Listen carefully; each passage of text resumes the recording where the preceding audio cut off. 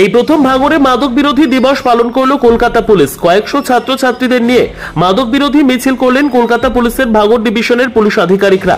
আগামী 26শে জুন গোটা বিশ্বজুড়ে পালিত হবে মাদক বিরোধী দিবস। তার আগে বৃহস্পতিবার মাদক বিরোধী দিবস পালন করলো কলকাতা পুলিশের ভাঙড় ডিভিশন।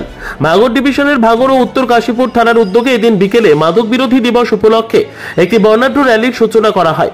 র্যালি শুরু হয় ভাঙড় কলেজ মাঠ থেকে, যার সূচনা করেন ভাঙড়ের ডিসি সৈকত ঘোষ এবং ভাঙড়ের দায়িত্বে থাকা ডিজি ট্রাফিক অমিত কুমার সাউ।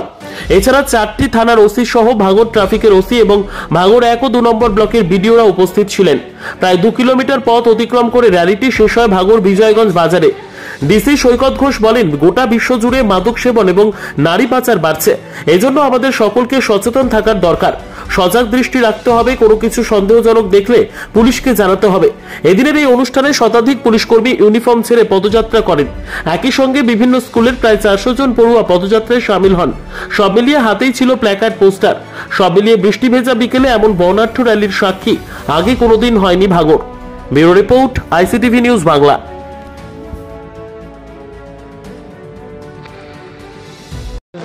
যে অ্যাডিকশান আছে সেটার বিরুদ্ধে একটা সচেতনতামূলক একটা পদযাত্রা ছিল।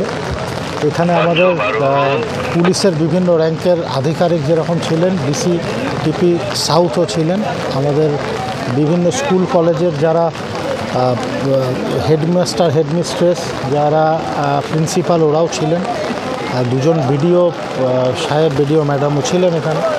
2টো ভাঙড় 1-2 ব্লকের অন্যান্য যারা আধিকারিক আছেন তারাও ছিলেন। এবং এটা যুগ্মভাবে ভাঙড় ডিভিশন এবং ট্রাফিক সবাই মিলে এটা করা হচ্ছে। তো আমরা সবাই জানি যে এই যে ড্রাগের যে নেশা আছে, যে অ্যাডিকশান আছে, এটা সমাজের জন্য কতটা ক্ষতিকারক।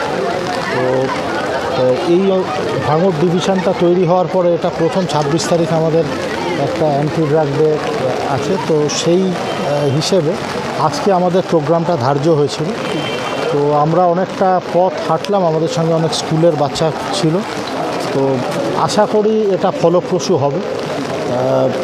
এই বার্তাটাই আমরা পদযাত্রার মাধ্যমে দেবো যে যারা এই ড্রাগের ব্যবসার সঙ্গে যুক্ত আছে তাদের বিরুদ্ধে পুলিশ খুবই কড়া পদক্ষেপ নেবে। এবং তার সঙ্গে নাগরিকদের আমরা অনুরোধ করেছি যাতে নতুন করে এই মারণ নেশাকেও জড়িয়ে না পড়ে। বছর কাজ হয়, যেটা পিউনিটিভ মেজার আছে এটা আমরা সারা বছরই নিই। যারা এই মাদক বিক্রির সঙ্গে জড়িত আছে, যারা এই ব্যবসার সঙ্গে জড়িত আছে, তাদের বিরুদ্ধে সারা বছরই চলে। তো এটা একটা অ্যাপিল আমরা আরও জনসাধারণের কাছেও রাখলাম যে এই ট্র্যাপে যেন তারা পা না।